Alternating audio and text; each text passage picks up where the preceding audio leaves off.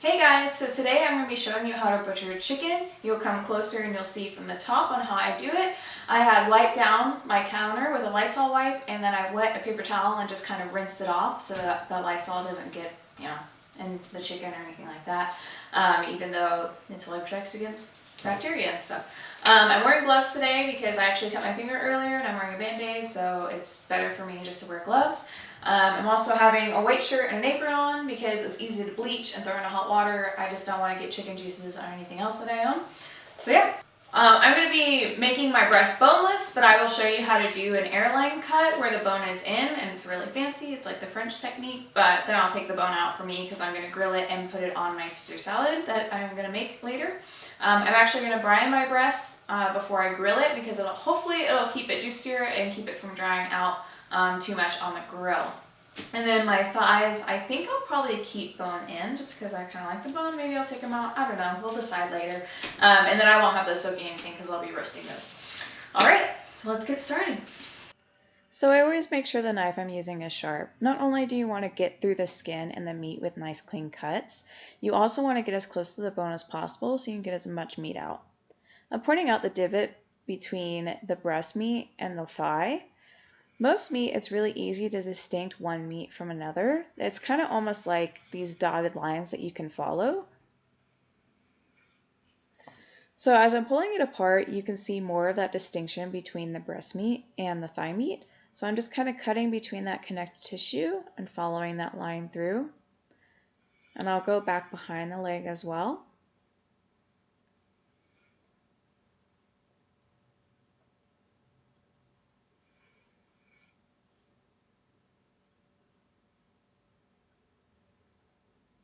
So there's this kind of like flab right here, and I just cut through that and get as close to the breast meat as I can. I do end up cutting through a rib, and you can kind of see it right there. So then I notice it, and then I start cutting around it. I really don't want to have that rib bone in my leg. So I'm just following the line more, making sure I can cut through as much as possible before I get to a bone. And then I'm going to flip it on its back, and I'm going to follow those divots like a dotted line and cut on the back side.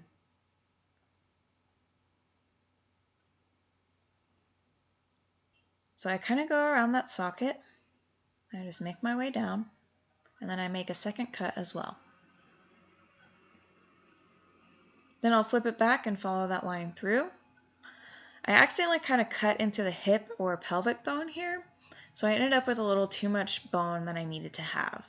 So I'm pulling that leg back to pop the bone out of the socket. It'll be a lot easier to cut through.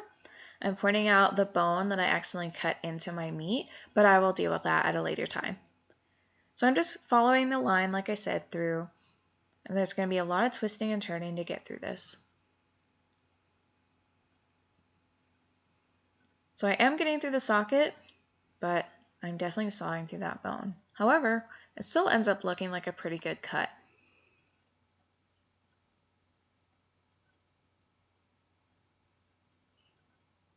The shape is really nice, the meat looks nice, and the skin looks really nice too. So I'll come back to that in a little bit and cut out that bone. So since you just saw the right side, I'm going to skim through this left side really fast. Again, I'm just following the dotted lines to separate the breast meat from the thigh meat.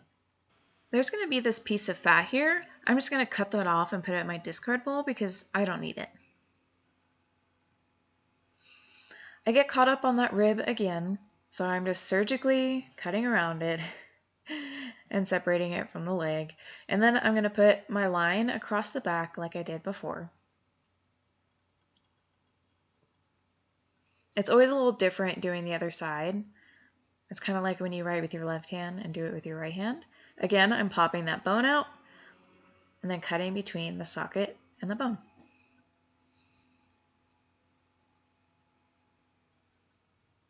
I am avoiding the bone this time that was stuck, the hip bone and the pelvic bone. So this is more of a clean cut.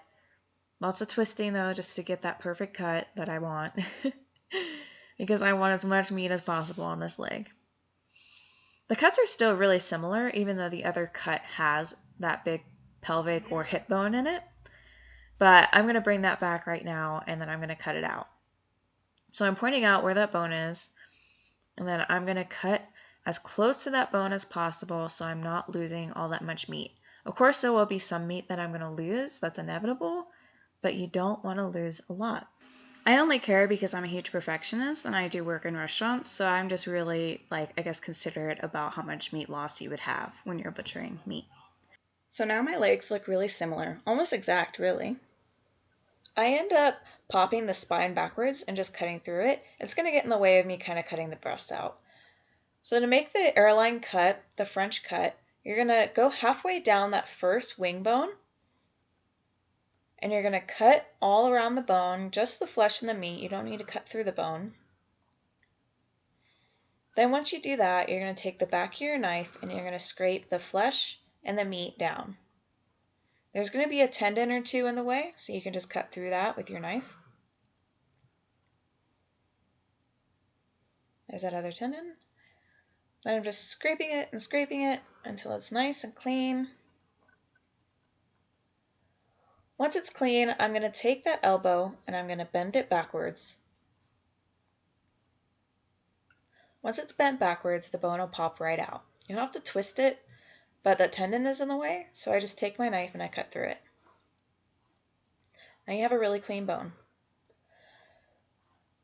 I do the same thing with the right side. Again, just going halfway down that first arm bone, cutting around it, taking the back of my knife and cleaning it, cutting through that tendon, folding it back, popping it, twisting it, bop it, twist it, pull it, cut it. Anyway, now you have really clean arms. So I end up just cutting this extra skin off. I'm actually not going to have any skin on my breast, but I'll still show it being cut with the skin. So again, there's very clear lines and divots, so you just follow that dotted line. And I just cut straight down the middle of my chicken breasts. And then whatever side my knife kind of naturally falls to, then I'll just keep cutting on that side. I did forget to take the wishbone out before doing this, so you'll see that I get caught on it a little bit later. I know, it's kind of a rookie move. So as I'm cutting, you'll see that I'm getting closer to the sternum, and I'll show you in a second. There's the sternum, nice and white. And I just keep my knife as close as possible so I can get all the meat off that bone. There it is. I feel the wishbone, and I'm like, oh crap, I gotta get this wishbone out. So I am working at this wishbone to get it out. And I got one piece out, so it came out in half, but the whole thing did come out. I couldn't make my wish. So I just started separating it more from the sternum like before. And I actually forgot about my airline cut. I just did it and I forgot about it.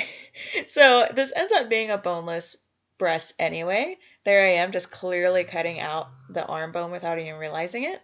I still ended up getting a really good size. The portion's really good. The skin looks really good. I just totally forgot about my airline. So I ended up taking the skin off because, like I said, I'm not even going to have the skin. I'm going to be grilling this, and I'm not going to grill with the skin on. It's so satisfying when it just peels right off. It makes it so easy. Then once I flip it over, you can see a clear tenderloin right there. I was going to cut it off, but it actually ended up peeling off by itself totally fine. It's like the perfect tenderloin. And then there's my breast. Looks pretty good. So I just go ahead and stick it in the brine that I made earlier. Of course, it's cooled down, so the chicken's not going to cook at all. And then I just kind of set my tenderloin aside. I didn't really know what I wanted to do with it at the time. So then I work on the other side of the breast, just doing the same thing, cutting as close as possible to the sternum. I do remember about my airline on this side though, so I will be showing you a breast with the arm bone or the airline cut. I'm just cutting away from the sternum right now, getting that clean cut, and then I'll be going around the arm bone in just a second. I'm showing you the arm bone away from the socket, so then I'm going to cut right in between that to separate it.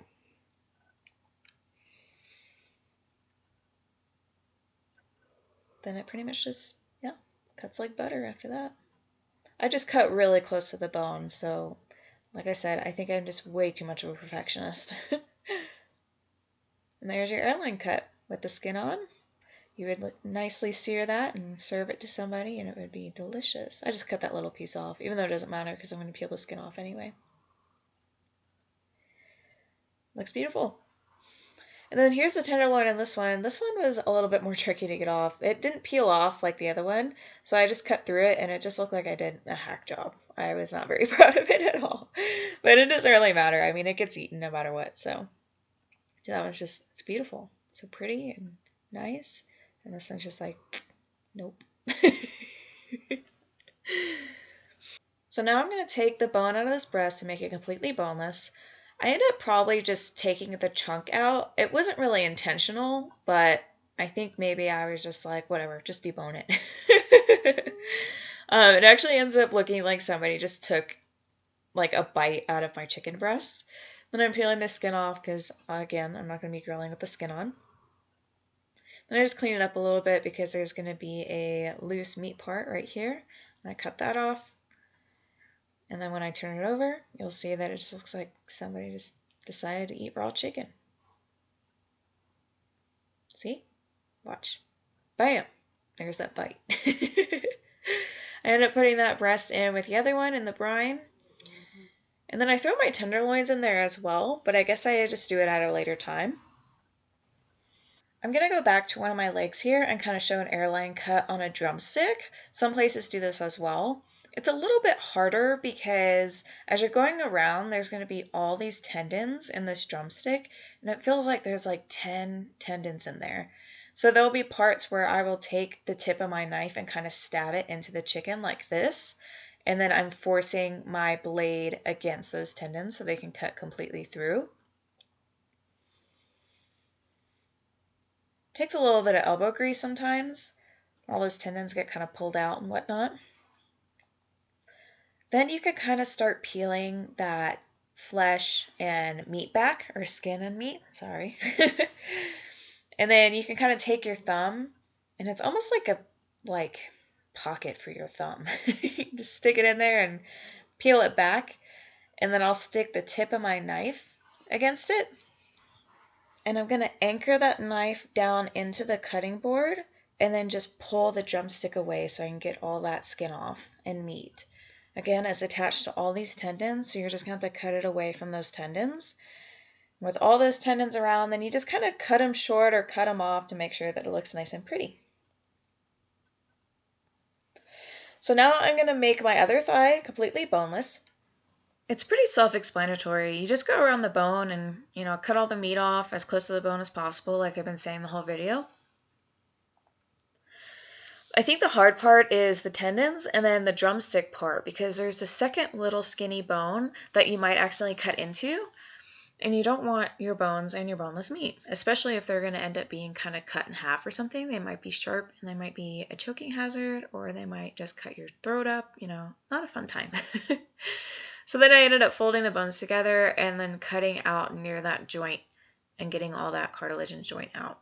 I ended up cutting a little bit of cartilage that was left over, so now you just kind of have a hole there. That's pretty normal to have a hole in your thigh meat because that's just where the knee bone is. Just imagine searing that meat and getting it nice and crispy and golden brown and then having that nice leg meat. Oh my gosh, it would be so delicious. So yeah, I have one boneless and one bone in.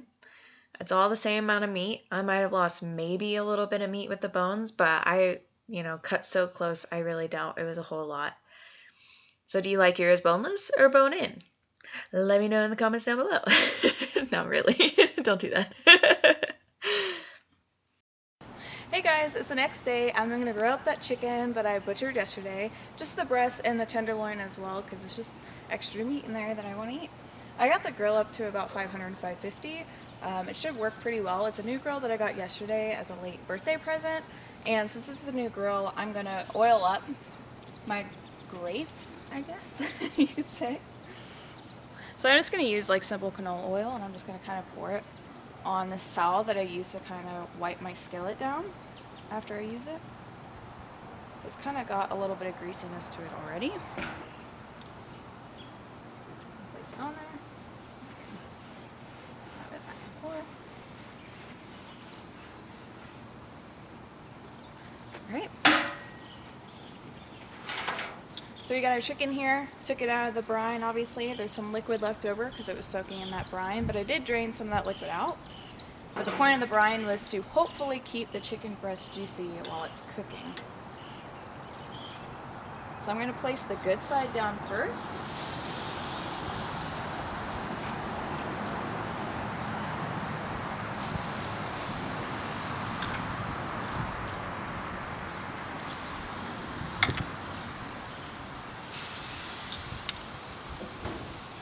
Close it and let that go for maybe about 5, 7, 10 minutes. We'll see. So now I'm flipping my chicken. It's probably been about maybe 5, 7 minutes. Got really good grill marks on there. It smells delicious.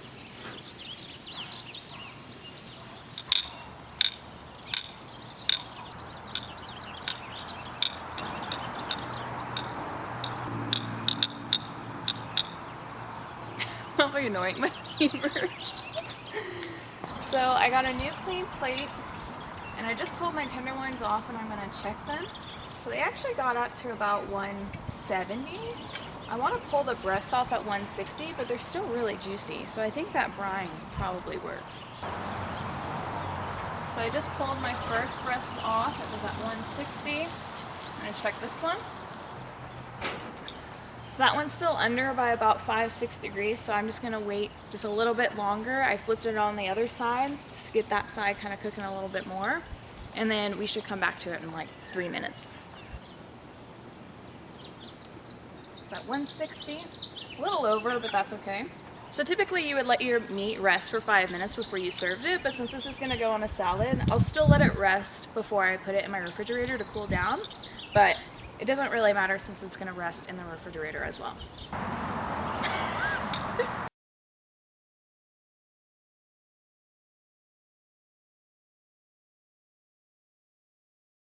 I made a little baby version too for Callum, so you can have some. There you go.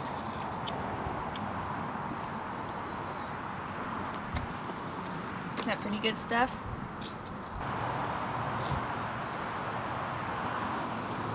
There you go. That's a giant bite. So this is a thinner piece of the chicken that I'm going to try right now.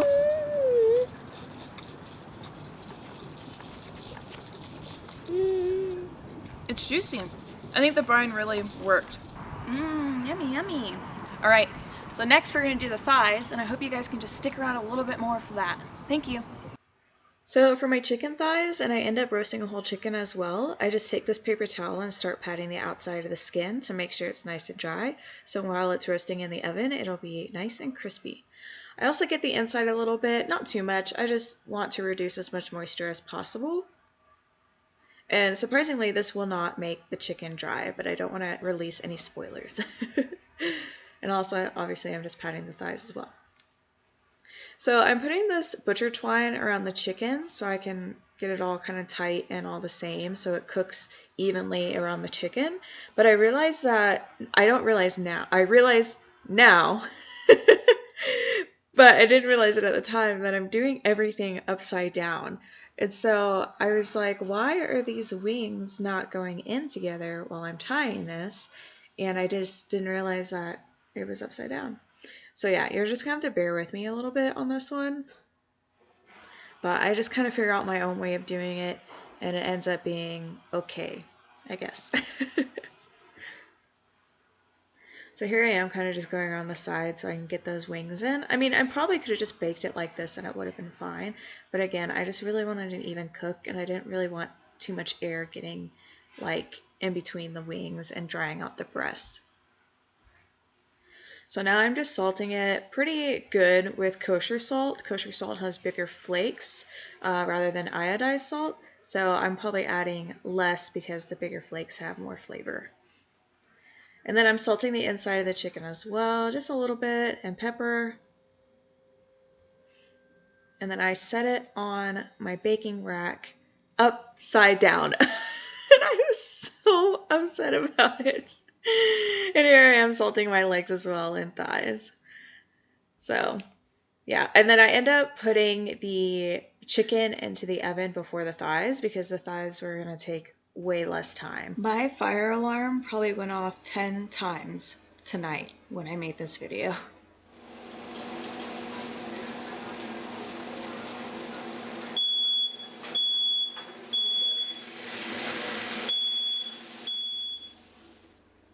So, besides the fire alarm going off a lot tonight, waking up my baby, it's okay, we all dealt with it. This is me cutting into the chicken, and the breast meat was really juicy. I think it's the juiciest roasted chicken that I've ever had. Granted, my instructor taught me how to do this. He was the one that gave the idea of patting the skin dry and everything like that. And like just with salt and pepper, it was delicious. I really liked this chicken a lot. I'm gonna spare the whole like carving process.